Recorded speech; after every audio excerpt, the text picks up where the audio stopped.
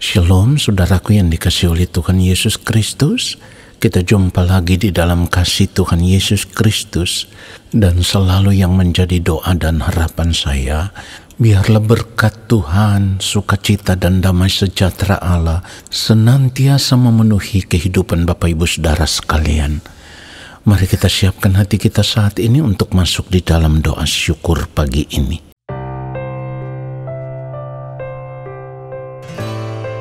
Firman Tuhan berkata, "Karena itu haruslah kamu sempurna, sama seperti Bapamu yang di sorga adalah sempurna." Oleh sebab itu kita mau berjuang untuk hidup benar, hidup kudus, hidup berkenan di hadapan Allah Bapa di sorga, dan menjadi sempurna sama seperti Dia. Menyenangkan hatimu Tuhan,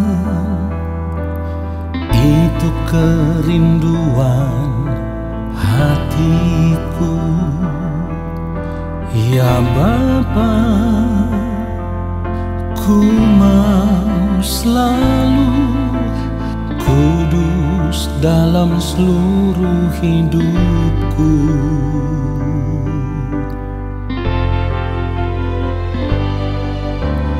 Tiada lain kerinduanku selain menjadi sempurna dan sama seperti Bapa yang di surga adalah sempurna. Katakan bersama-sama, ku mau persembahkan hidupku. Ku mau persembahkan hidupku semua untuk kemuliaan-Mu. Selama ku hidup, apa yang ku perbuat selalu untuk-Mu. Haleluya.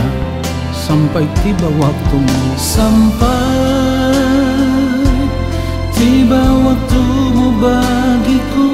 Katakan ku mau, Bapa temukan diriku menjadi pribadi yang berkenan di hadapan-Mu. Tidak ada kerinduan yang lain ya Tuhan, selain rindu untuk menjadi sempurna seperti yang Engkau mau. Haleluya. Oh, tiada lain kerinduanku selain menjadi sempurna sama seperti Bapa yang di sorga adalah sempurna. Mari katakan, ku mau persembahkan hidupku. Ku mau persembahkan hidupku. Katakan semua untuk kemuliaan-Mu. Selama ku hidup, apa yang ku perbuat selalu untuk-Mu. Sampai tiba waktumu, sampai tiba waktumu bagiku. Ku mau, Bapa temukan diriku menjadi pribadi katakan yang berkenan di hadapan-Mu. Ya Bapa, kami mau mempersembahkan tubuh kami sebagai persembahan yang hidup, yang kudus, yang berkenan kepadamu. Haleluya. Ku mau persembahkan hidupku. Katakan semua untuk kemuliaan-Mu. Untuk kemuliaan-Mu. Yes.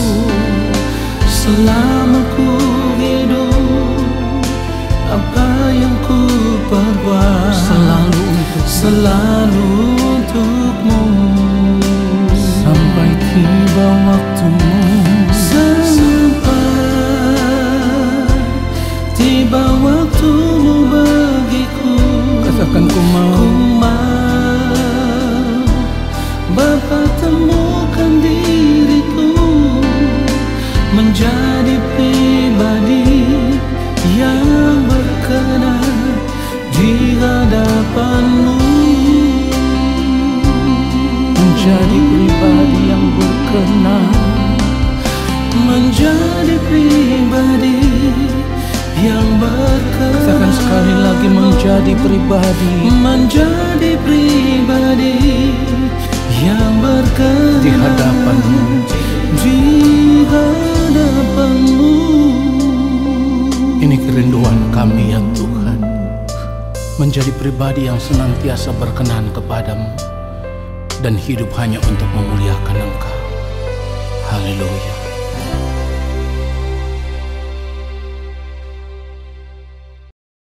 Mari kita siapkan hati untuk menerima kebenaran firman Tuhan saat ini. Mari kita berdoa. Bapa yang Maha Kudus, Allah yang Maha Mulia, saat ini kami kembali ada di hadapan Bapa, dan kami mau menanti-nantikan Engkau berbicara bagi kami. Sampaikanlah apa yang Engkau kehendaki ya Tuhan, lewat firman-Mu. Roh Kudus Tuhan mengurapi setiap kami, memberikan kami hikmat pengertian untuk semakin mengerti akan kehendak Bapa di sorga. Lalu kami mau hidup hanya untuk melakukan kehendak-Mu ya Allah di sepanjang hari hidup kami. Urapi hamba-Mu untuk menyampaikan akan kebenaran firman-Mu seperti yang Engkau kehendaki. Di dalam nama Tuhan Yesus Kristus kami berdoa dan kami siapkan hati kami untuk menerima kebenaran firman Tuhan saat ini. Amin. Saudara yang dikasihi oleh Tuhan Yesus Kristus, kita akan membaca kebenaran firman Tuhan. 1 Yohanes 2, kita baca ayat 15 sampai ayatnya yang ke-17. Janganlah kamu mengasihi dunia dan apa yang ada di dalamnya. Jikalau orang mengasihi dunia, maka kasih akan Bapa tidak ada di dalam orang itu. Ayat 16, sebab semua yang ada di dalam dunia, yaitu keinginan daging dan keinginan mata, serta keangkuhan hidup, bukanlah berasal dari Bapa, melainkan dari dunia. Ayat 17, dan dunia ini sedang lenyap dengan keinginannya, tetapi orang yang melakukan kehendak Allah tetap hidup selama-lamanya. Berbahagialah setiap orang yang mendengarkan kebenaran firman Tuhan ini dan mau hidup melakukan firman ini di sepanjang hari hidupnya. Saudara yang dikasihi oleh Tuhan Yesus Kristus, dari kebenaran firman yang kita baca saat ini, seharusnya kita bisa menangkap satu pesan kehidupan yang sangat bernilai, yang sangat berharga untuk kehidupan kita sebagai orang percaya. Pesan kehidupan itu tertulis jelas di dalam 1 Yohanes pasal 2 ayat yang ke-17, di mana firman Tuhan katakan, dan dunia ini sedang lenyap dengan keinginannya, tetapi orang yang melakukan kehendak Allah tetap hidup selama-lamanya.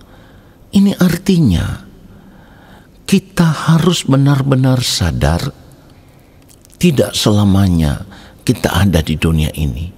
Kita harus benar-benar sadar tidak ada yang bisa kita harapkan dari dunia ini.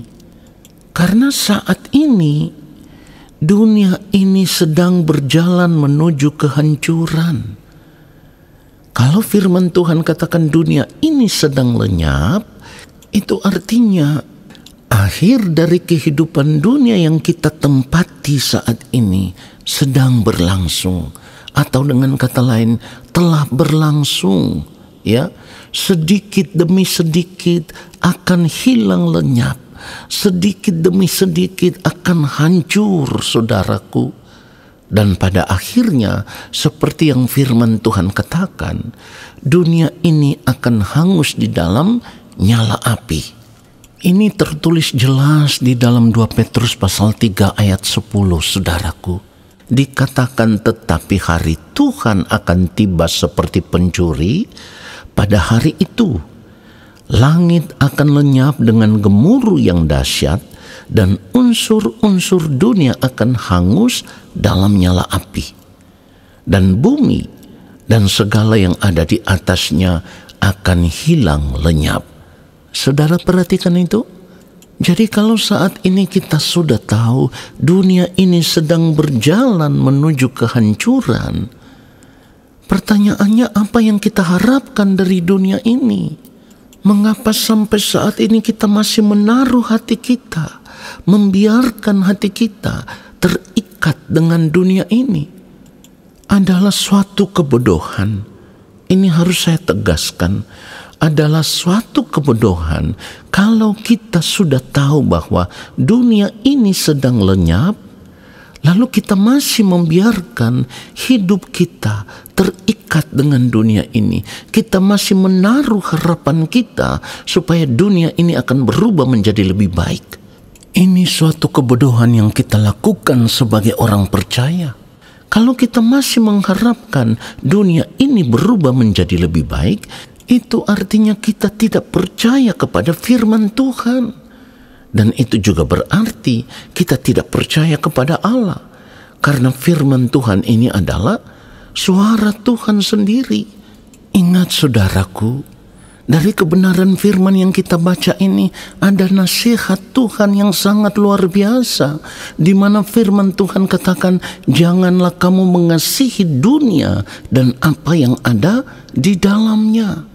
Jikalau orang mengasihi dunia, maka kasih akan Bapa tidak ada di dalam orang itu. Jadi kalau sampai saat ini kita memeriksa hidup kita dan yang kita temukan ternyata kita masih mengasihi dunia ini, kita masih ingin menikmati dunia ini, hal itu sama dengan kita menetapkan hati untuk hidup di dalam percintaan dengan dunia ini, hidup di dalam persahabatan dengan dunia ini.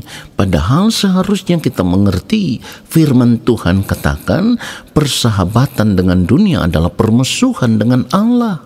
Jadi kalau kita menetapkan hati kita untuk mengasihi dunia ini, hidup bergaul, bersahabat, bercinta dengan dunia ini, seperti yang tadi saya katakan, bukankah ini adalah suatu kebodohan yang kita lakukan? Kenapa? Karena orang yang hidup mengasihi dunia ini, ia tidak akan pernah bisa hidup mengasihi Tuhan secara benar.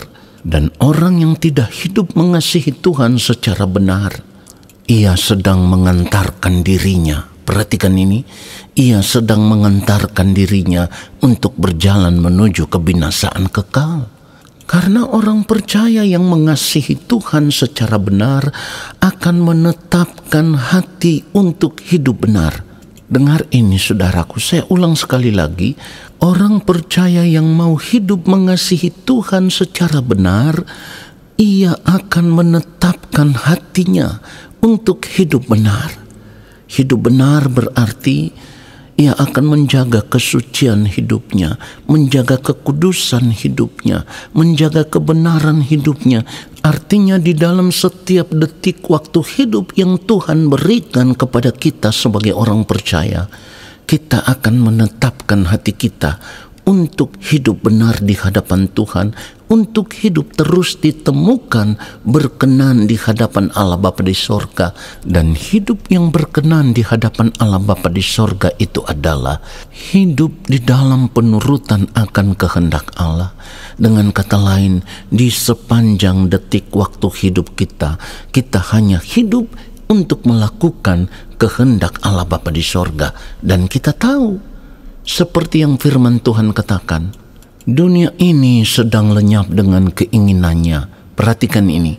Tetapi orang yang hidup melakukan kehendak Allah tetap hidup selama-lamanya.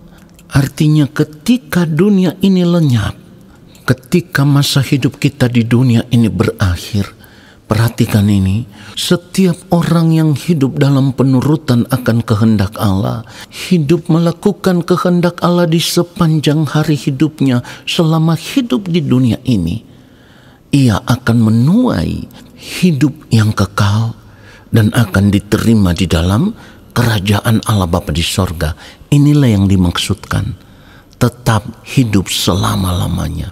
Sebaliknya, orang yang menetapkan hati untuk hidup mengasihi dunia ini, mencintai dunia ini, bersahabat dengan dunia ini, akhir dari kehidupan dunia ini yang akan dituai adalah kebinasaan kekal, terpisah dari Allah dan terbuang ke dalam lautan api yang bernyala-nyala. Saudara, ini sangat mengerikan. Jadi kalau kita tidak mau menyadari akan hal ini, kalau kita tidak mau melihat kesempatan hidup saat ini sebagai kesempatan bagi kita untuk berubah, untuk bertobat, untuk hidup benar di hadapan Tuhan selama kita masih hidup di dunia ini, maka hidup kita ada di dalam ancaman bahaya di kekekalan. Oleh karenanya, saya harus katakan, jangan sia-siakan kesempatan hidup saat ini untuk berubah, untuk bertobat, untuk kembali kepada Tuhan. Mari kita sadar, saat ini Bapa di sorga setia menunggu orang-orang yang mau kembali kepadanya, orang-orang yang mau menetapkan hati untuk hidup benar selama hidup di dunia ini. Hidup hanya untuk melakukan apa yang menjadi kehendak Allah Bapa di sorga. Biarlah kebenaran firman Tuhan yang singkat ini menyadarkan kita semua, dan kita mau mengambil keputusan untuk kembali kepada Allah. Tuhan Yesus memberkati kita semua. Amin. Mari kita berdoa, saudaraku. Bapa yang Maha Kudus, terima kasih untuk kebenaran firman-Mu. Kami sungguh disadarkan oleh firman-Mu, dan kami mau mengambil keputusan untuk tidak menyia-nyiakan lagi waktu hidup yang Engkau berikan kepada kami selama kami masih hidup di dunia ini. Kami mau menetapkan hati untuk hidup benar di hadapan-Mu ya Tuhan, hidup di dalam penurutan akan kehendak-Mu, dan hidup melakukan kehendak-Mu di sepanjang hari hidup kami, supaya kehidupan kami boleh ditemukan terus berkenan di hadapan-Mu ya Bapa. Terima kasih Bapa untuk firman-Mu. Hamba terus menyerahkan kehidupan anak-anak-Mu dalam tangan-Mu ya Allah. Dan hamba berdoa untuk setiap anak-anak-Mu yang saat ini ada di dalam pergumulan hidup, baik yang bergumul untuk masalah pekerjaan, masalah usaha atau bisnis mereka, yang bergumul untuk masalah sakit penyakit yang mereka alami, yang bergumul untuk masalah ekonomi dalam kehidupan keluarga mereka, dan masalah-masalah hidup yang lainnya. Hamba selalu percaya, Tuhan, Engkau yang empunya hidup, dan Engkau tidak pernah terlambat untuk menolong orang-orang yang berharap kepadamu, yang bersandar kepadamu, yang menetapkan hati untuk hidup benar di hadapan Engkau. Pertolongan-Mu akan dinyatakan atas kehidupan mereka ya Bapa. Terima kasih Bapa. Dan saat ini kami semua mengangkat tangan di hadapan Bapa di sorga. Kami percaya Engkau akan menurunkan tangan dan memberkati kami.